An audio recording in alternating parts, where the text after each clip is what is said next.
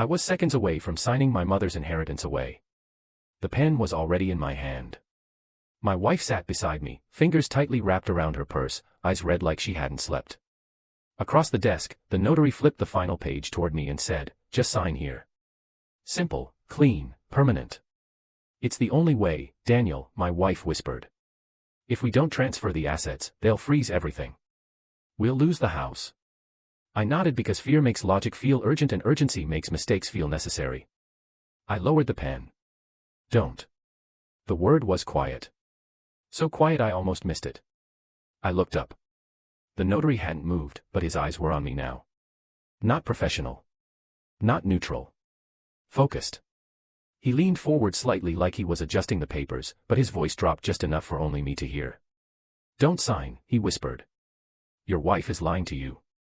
Everything in the room went still. My grip tightened around the pen. "What?" I said louder than I meant to. My wife turned sharply. "What happened?"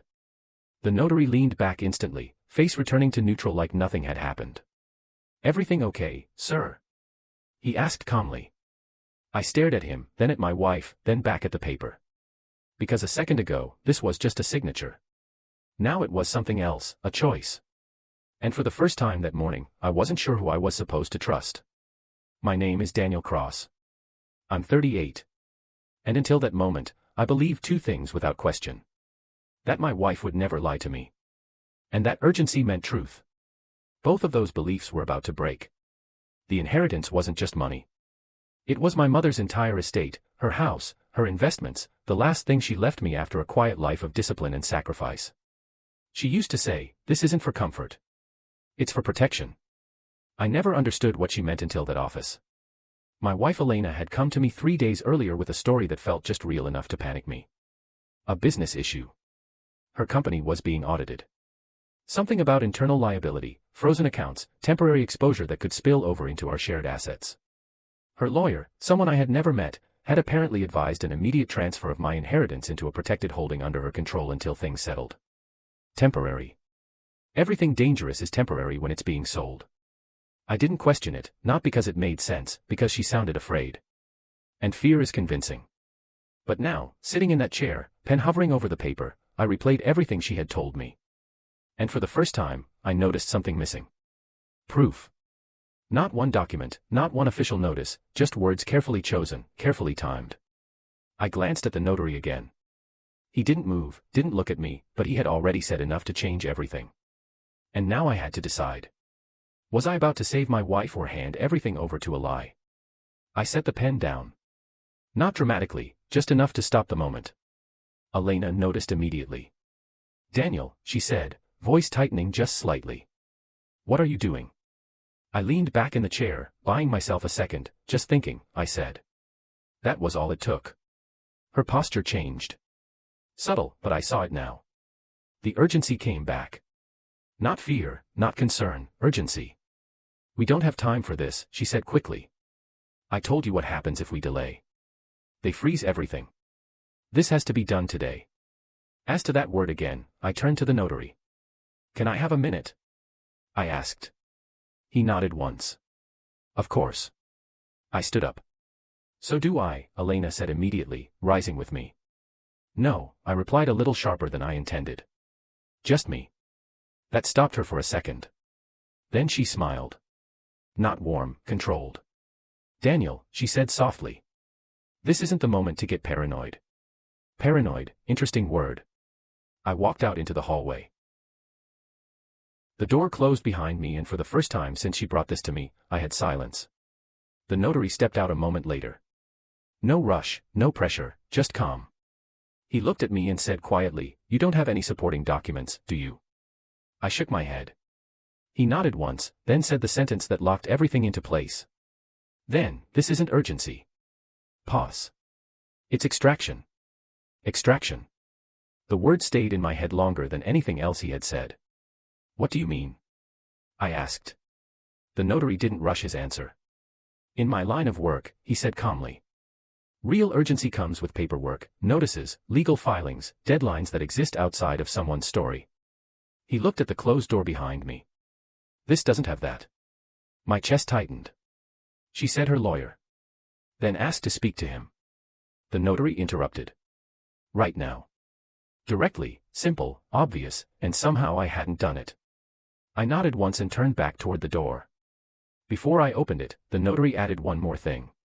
If I'm wrong, he said, you lose nothing by confirming. Pass, but if I'm right, he didn't finish. He didn't need to. I walked back inside. Elena looked up immediately. Too quickly. Everything okay? She asked. I took my seat slowly. Then slid the papers back toward the center of the desk. Call your lawyer, I said. Silence, not confusion, not surprise, just a gap. Now, she asked. Yes. Her fingers tightened around her phone. He's in court, she said. I told you. Then we wait, I replied. That's when her mask slipped. Just a fraction. Annoyance. Sure. Control. Dangerous. We can't wait, Daniel, she said. You don't understand what's at stake. I met her eyes for the first time that morning. I wasn't trying to understand. I was watching. And what I saw didn't look like fear. It looked like pressure. Put him on speaker, I said. Elena didn't move. Not right away. Which told me more than any answer could have. Daniel, she said, lowering her voice. This is not how this works. Then explain how it does, I replied calmly. Silence stretched across the desk. The notary didn't look up, didn't interfere, but I could feel his attention shift slightly. Elena finally unlocked her phone. Scroll stopped, then turned the screen slightly away from me as she dialed. Another small detail. Another crack. She lifted the phone to her ear. It's ringing, she said. We waited 10 seconds, 15. Then she pulled the phone away and frowned. No answer, she said. Like I told you, he's probably call again. I cut in. That time she didn't hide the irritation. Daniel, this is ridiculous. Call again. She did. Same result. No answer. I leaned forward slightly. Give me the number. Her eyes snapped to mine. Why? I'll call. Another pause. Longer this time. He won't pick up for you, she said. That's not the point. Now it was obvious. This was an inconvenience. This was avoidance. Elena, I said quietly. Give me the number. She stared at me, measuring, calculating. Then slowly she placed the phone face down on the table. No, she said, just that. No explanation, no excuse, just refusal. And in that moment, everything became clear because truth doesn't resist verification. Only lies do. I leaned back in my chair, not angry, not surprised, just certain. Then we're done here, I said. Elena's head snapped up. Excuse me, I stood, pushing the papers gently back toward the notary. I'm not signing anything today. That's when it broke. Not loudly, not dramatically, but completely. Daniel, sit down, she said, voice tightening. You're making a mistake. No, I replied calmly. I almost did. Her hand slammed lightly against the table. Frustration real this time. You don't understand what you're risking. She snapped. I looked at her. Really looked. No fear. No concern. Just urgency collapsing into anger. Then explain it. I said with proof. Silence again. And that silence said everything. The notary cleared his throat slightly, still neutral. We can reschedule if needed. No, I said there won't be a reschedule. I turned to leave. Daniel, Elena said sharply, standing now. If you walk out that door, don't expect me to be here when you come back. There it was. Not fear of loss, threat of withdrawal. I paused at the door, then said the one thing she wasn't prepared for. Then don't be. And I walked out. Behind me, I heard her call my name. What? Then louder. But I didn't stop because the moment you see the truth, going back becomes a choice. And I had already made mine. I didn't go home. Not right away. I sat in my car outside the notary's office for 10 minutes, replaying every conversation from the past 3 days. Every word, every pause, every moment I had mistaken urgency for truth. Then my phone rang. Elena, I watched it, let it ring, then stop. A second later, a message. You just destroyed everything. I almost laughed. Not because it was funny, because it was predictable. When control slips, blame replaces it. Another message came. Do you even realize what you've done? Yes. For the first time, I did. I started the car. Not to escape, to move forward. Halfway home, my phone rang again. Unknown number, I answered. Daniel Cross, a voice said. Yes. This is Martin Hale, Senior Compliance Officer at Ardent Financial. My grip tightened slightly on the steering wheel. I'm calling regarding a flagged inquiry made under your name this morning. Go on, I said. There was an attempt to initiate a full asset transfer linked to your inheritance account, he continued. The request raised internal alerts due to irregular authorization routing. Regular. That word hit clean. We paused it, he added. Standard protocol, but we need to confirm. Did you authorize this transfer? I looked straight ahead. No, I said, pause. Then his tone shifted. Then you need to be aware of something, Mr. Cross. Another pause. This wasn't a mistake. It wasn't. And now it wasn't just my problem anymore. I pulled over, engine running and steady. This wasn't a mistake, I repeated. Then what was it? The compliance officer didn't hesitate. An internal assisted attempt, he said. Whoever initiated it had partial access credentials and tried to route the authorization through a secondary legal channel. My chest tightened. Elena, I asked. We don't name individuals over the phone, he replied.